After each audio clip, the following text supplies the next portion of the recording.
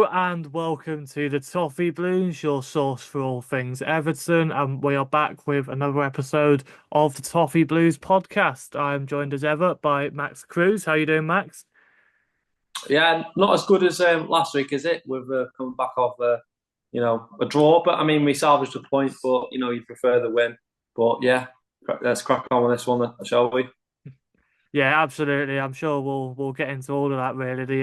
The feel good factor that we had last week has kind of dissolved a little bit, hasn't it? But yeah, I guess I mean, starting chronologically as we just said, I think both of us were feeling pretty confident going into last weekend's game against Fulham, off the back of a really uh professional display down at Ipswich, getting the job done. And I think both of us kind of thought we'd kind of ride that wave of momentum going into another home match, but didn't quite pan out that way, did it?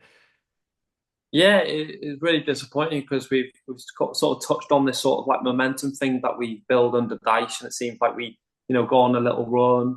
But no, it wasn't to be the case. You thought that going into that game that the players would be high on confidence. They'd think that they'd proper fancy it. They'd be licking the lips and thinking, no, another 3 points possibly against a decent side in Fulham. But when you're at home and you got a positive result against Ipswich away, I know it's Ipswich and it's away, but it just seemed like the perfect sort of springboard to just get some points together before this hard run that's gonna inevitably come in towards like end of November and December. So it was a really important game for me, but it just didn't pan out the way it did. And I thought it was a really poor performance, and we were really lucky to get that point in the end. Yeah, I'd say I completely agree. Performance from straight from the first whistle, pretty much towards the end, was very below par. I'd probably go as far to say it's the worst we played all season. And obviously we've had much poor results. You think about Brighton battering us on the first day, Tottenham then battering us the week after, um, and the capitulations against the likes of Bournemouth and Villa.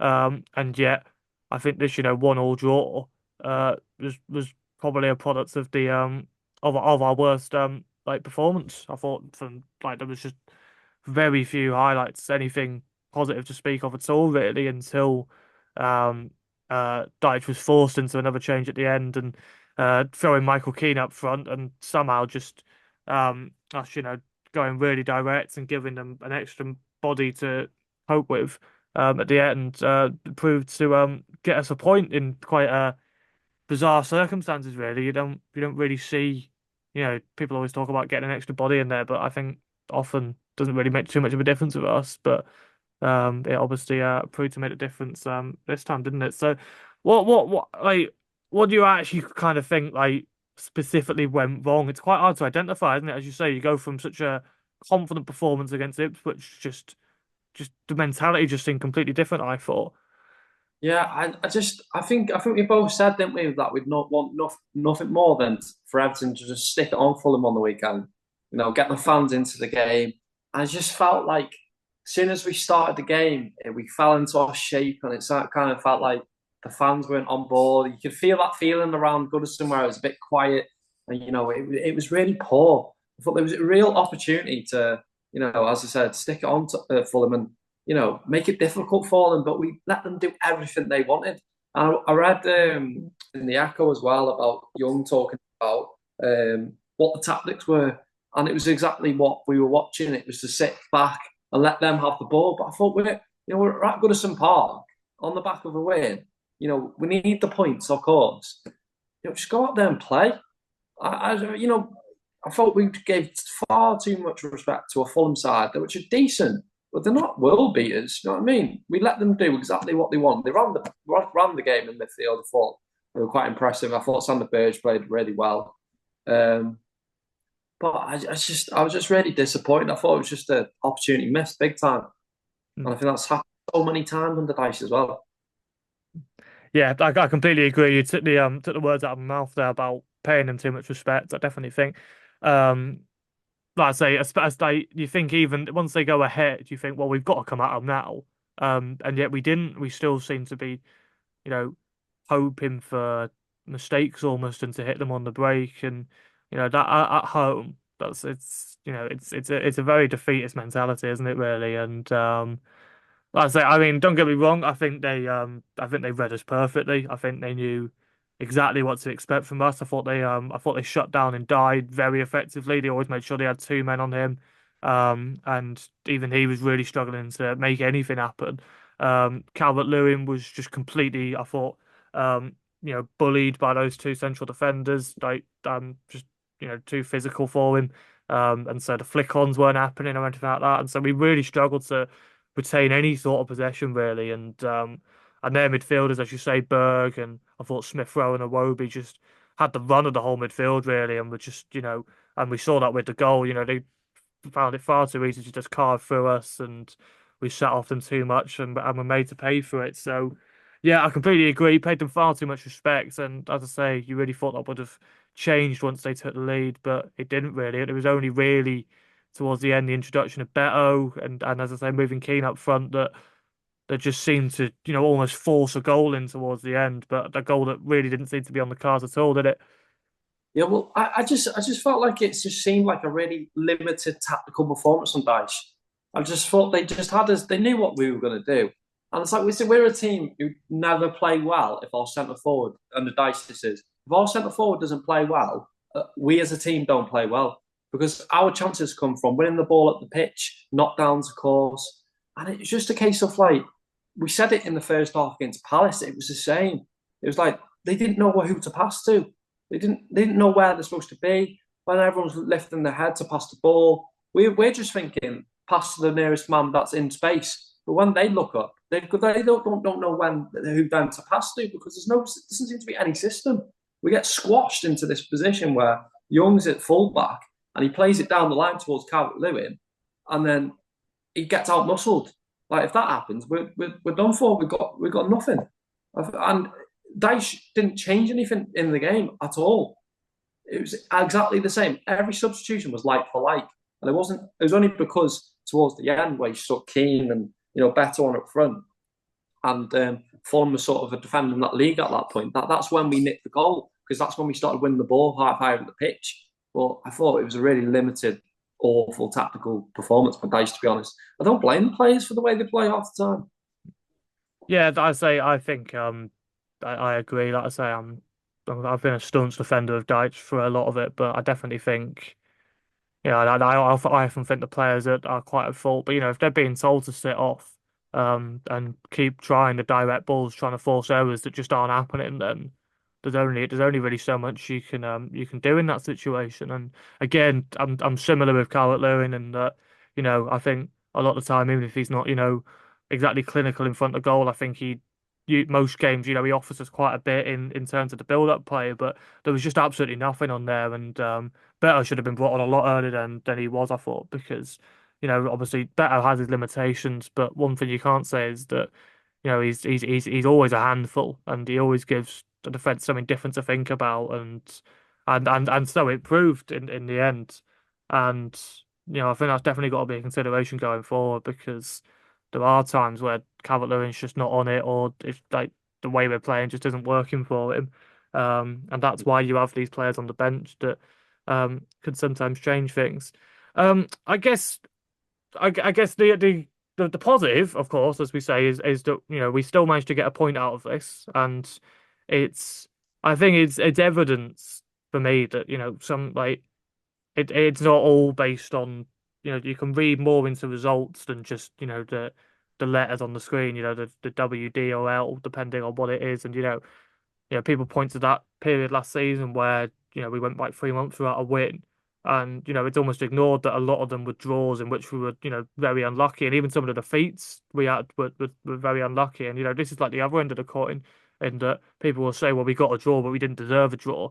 And yet, it contributes to a 5-match unbeaten run. So I think, if it had been a 1-0 defeat, it would have been, a real setback for us. But I almost think that it's one of them where like, well, we got away with that one now, but there's still something to build on here, in that it's another point towards safety. The run of fixtures we've got are still pretty good up until you say December when December kicks in. So let's build on this. We've got away with that one, but let's make sure that we get over the line in these next few games and earn some more valuable points. I don't know what you make of that. I think that that there's that is right, but it's just making sure having that belief in this side that they can do it. Get over the line in the games where they kind of expected to win. We don't have confidence as a fan base yet that they can do it because they've let us down. It seems like so much in terms of it seems like a never ending cycle of positive results and then it's a negative. And but as you said, like we got that point, and you just got to rectify those mistakes. I think we need to be far more positive in the way we play at home. I don't think really that's going to change on the dice. I don't think it will. But like you said, at the end of the day, it's a points business. It's a results business. We got a point when we shouldn't have. I mean, I'm not onto this whole thing of it was a mentality thing. I think you're at home, you have to keep going to the end. I mean, we were lucky at the end of the day. I don't think it was a mentality thing, but at the same time, on the other end of the spectrum, we could say, they did work hard and they got the point in the end, and they didn't lie down. But yeah, you just got to hope that when they have the opportunity next time, they take it because there's not going to be many opportunities in the next few months.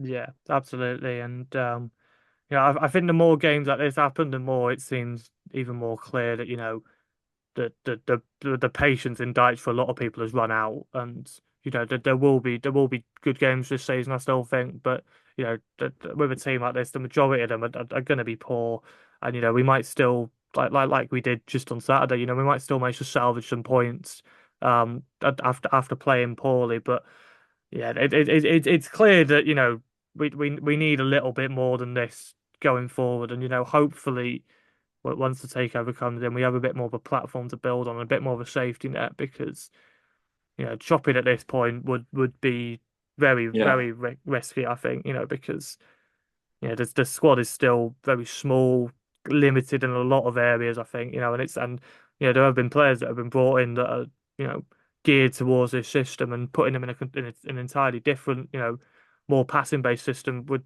probably wouldn't suit a lot of them. So, it's going to be a transitional period, definitely. Once, I'd say I'm almost certain now that Dyche won't be the manager again next season. And so I guess it's kind of just a case of sticking in for the rest of the season now and living for yeah. those games like the Ipswich one, and just hoping the performances like the Fulham one are a bit more of become like rarer, really, I guess. But yeah, like I say, it's one of them, isn't it?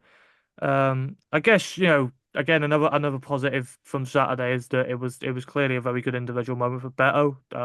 You could see on his face and in his reaction just how much that goal meant to him, and it's definitely been a difficult period for him. I think there's quite a few fans that have written him off. I think when we played Southampton in the cup in particular, I thought he really, really struggled, and I think the obviously the substitution of Young coming on for him and us changing the system up a bit wasn't met very positively. But I think it was clear for a lot of people that that seemed almost like a bit of a signal from Dyche, really, a bit of a gesture that faith in the striker wasn't very high, and yet he's come on and basically won us that point. So maybe a bit of a turnaround for him. I'm not sure. I'd like to think that he's proved that there is still at least some use to him.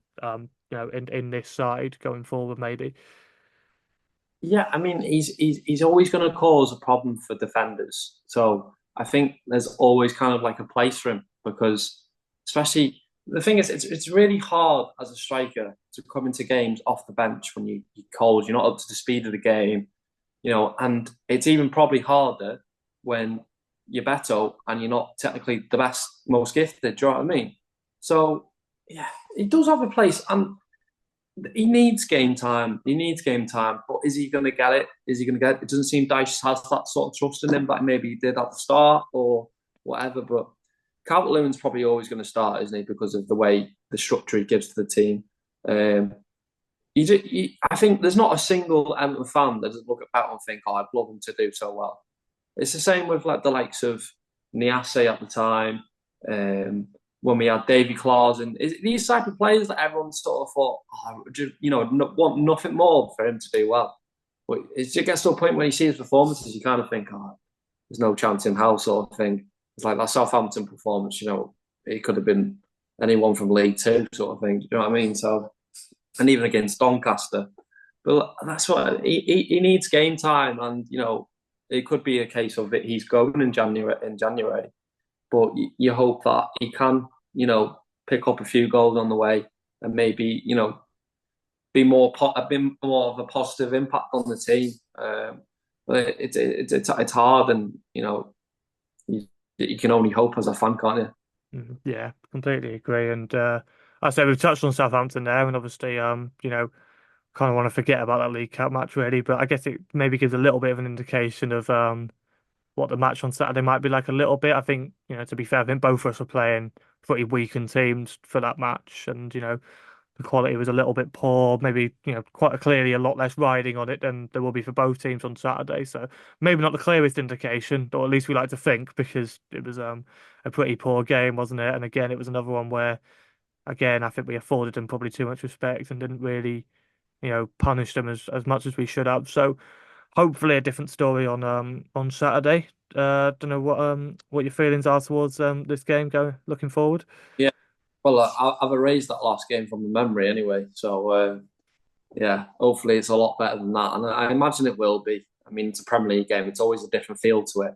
And I think it was something like I looked at a stat.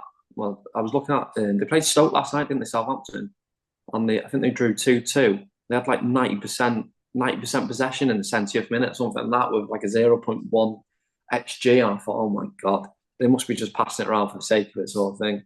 And it might play into our hands, to be honest, in a way, because if they're just going to play it across the back, right, in midfield, sideways, backwards, we know we can punish these teams. So I'm feeling quite positive about Southampton. I think it plays into our hands. I think it's kind of perfect setup for us, And listen, if we beat Southampton, we're starting to pull away a bit, aren't we, in some ways?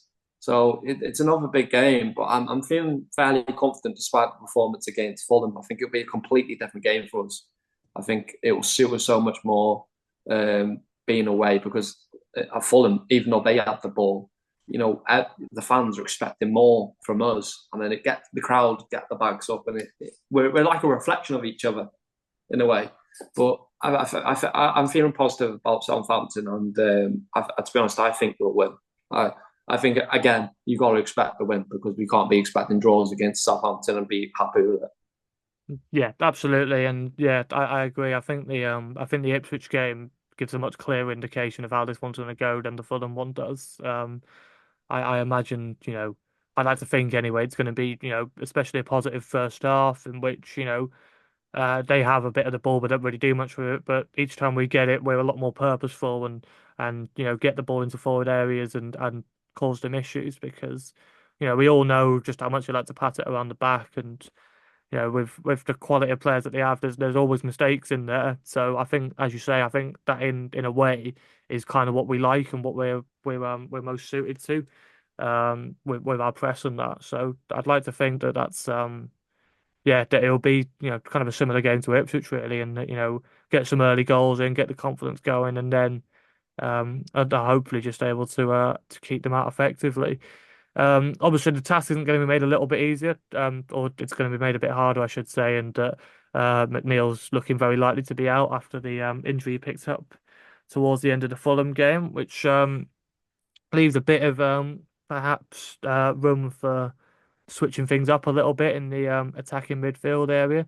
I mean, I kind of had the feeling I know what Dyche is going to do, and I think probably most people know what he's going to do, but I think there's definitely some options to be explored in there. So I just wanted to get your take on how you'd be setting up that attacking midfield if you were the manager, not Dyche. Oh, God. Well, you'd want to go as positive as possible, wouldn't you? But to be honest, I can't really call what he's going to do, because I can't imagine. Like, you'd think maybe another opportunity for Lindstrom to come into the side, and maybe Harrison goes on the left, and Jai and Die down the middle in his sort of like natural position, as they say. And I don't know. I've seen a few murmurs on Twitter and stuff of fans wanting McNeil to potentially come out that middle section, come out behind the striker role, because despite his contributions, we've been a bit, shaky in terms of transitions between midfield and sort of attack. and maybe he's not mucking in as well as maybe Ndai would, or just not, just, and maybe he should go back out to a wide area to help the team. Um, but yeah, it gives an opportunity again for these players who have been sitting on the bench to do something about it. So, it's Southampton. We're not playing some great team like City away. It's an opportunity for the likes of Jesper Lindstrom to step up, even Jack Harrison. And, we know Ndai's got the ability, and, it's another opportunity for him to impress, which I'm sure he will.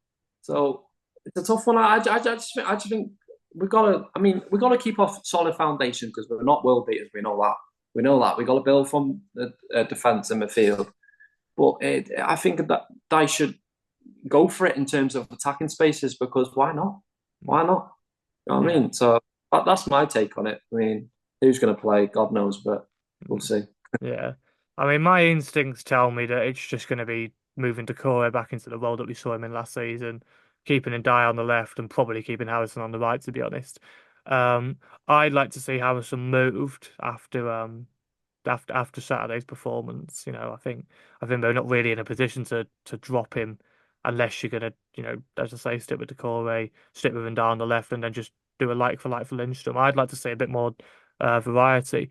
And yeah, I don't mind Harrison on the left or Njai in the middle, but I also think there could maybe be scope for just Harrison going into that middle position because I'd probably say we've seen him a lot of his better performances we've seen from him in an Everton shirt have probably come when he's in the middle. He seems to slot in quite naturally there, and that press in the middle, the pressing that he brings, that energy that he brings, the relentless pressing in the middle of the pitch, could really hurt Southampton, and I think could definitely be something to be explored.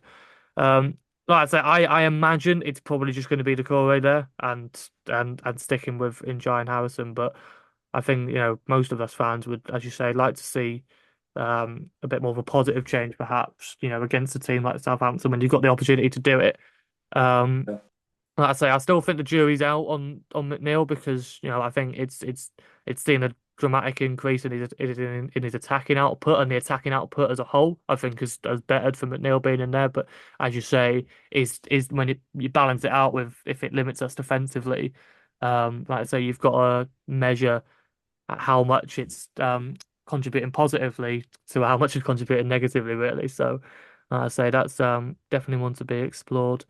So yeah, like I say, I think we're both feeling pretty confident from the sound of it. So yeah, what is your score prediction ahead of Saturday? I'm gonna go for again. Like I'd love to say where we scored. It's a game where we scored quite a few goals, but I can't see it being any more than 2-0. But I'll go for a win. I'll go for a 2-0 win for myself. I think Mm, 2-0. I think we'll catch them on and punish their mistakes. mm. Yeah, I agree. I genuinely think it's going to be very similar to Ipswich. I think maybe 2-0 up at half time, perhaps, two goals in the first half, really punishing them, and then, sitting back a little bit more in the second half and kind of soaking up the pressure. Do you kind of have the feeling that, like I say, it might depend on who's playing in defence. Obviously, we're all still waiting for Brantford to start a game again.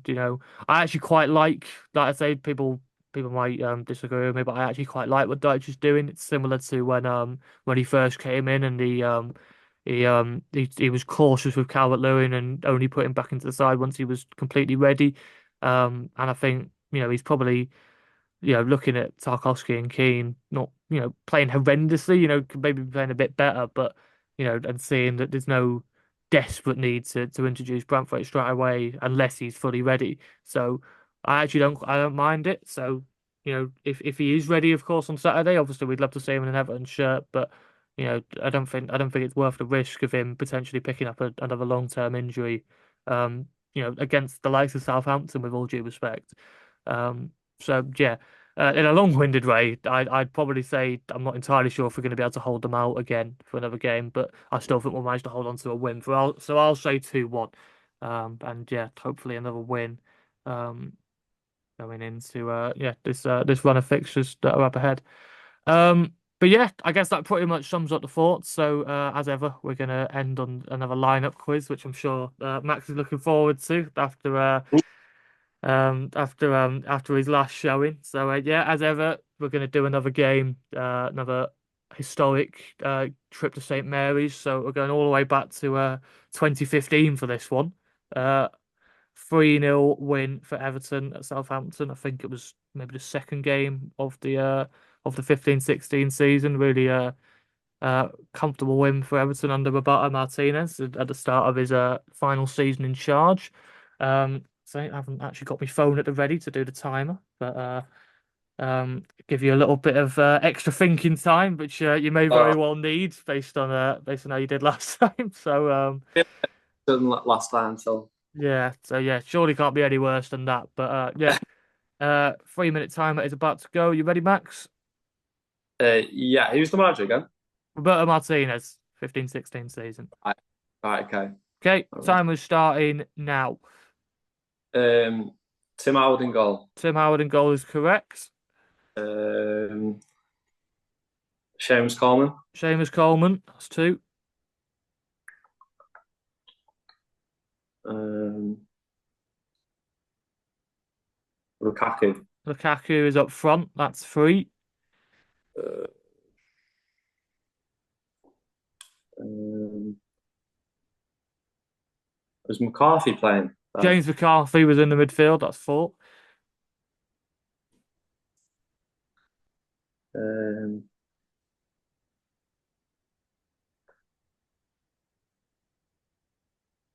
was this down in the side still? No, Distan had left by then, so not on the bench. That's a life lost. Uh, Dale Fail.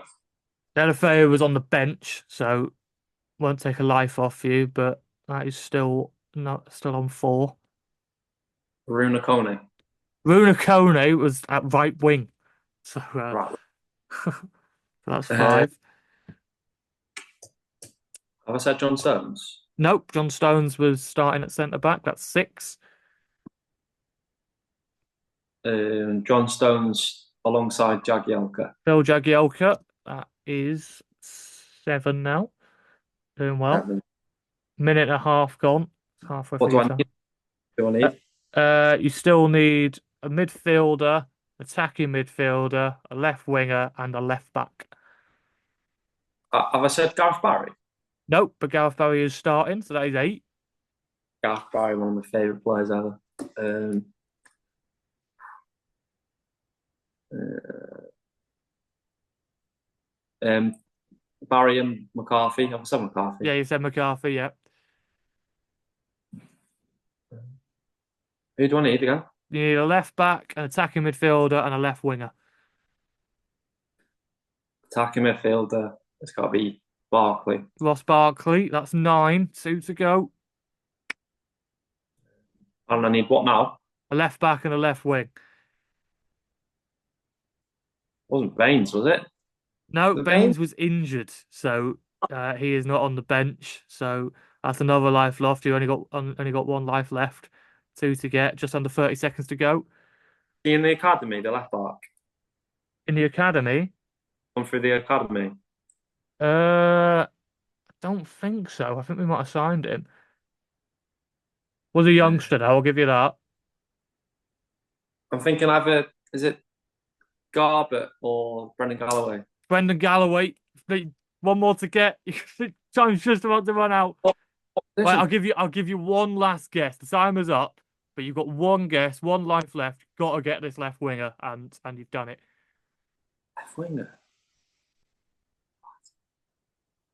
Uh, I'll give you another little bit of a clue. Oh, hang on. Has he gone? He's got Morales? put. Morales is on the bench. So, Ah. ah, I was just about to say, wasn't the most conventional of left wingers. It was kind of more of a left midfielder position, but it was Tom Cleverley.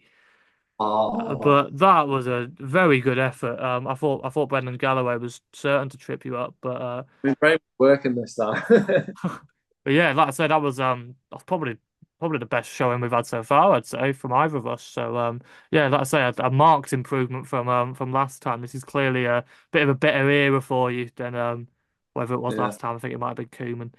Um, yeah.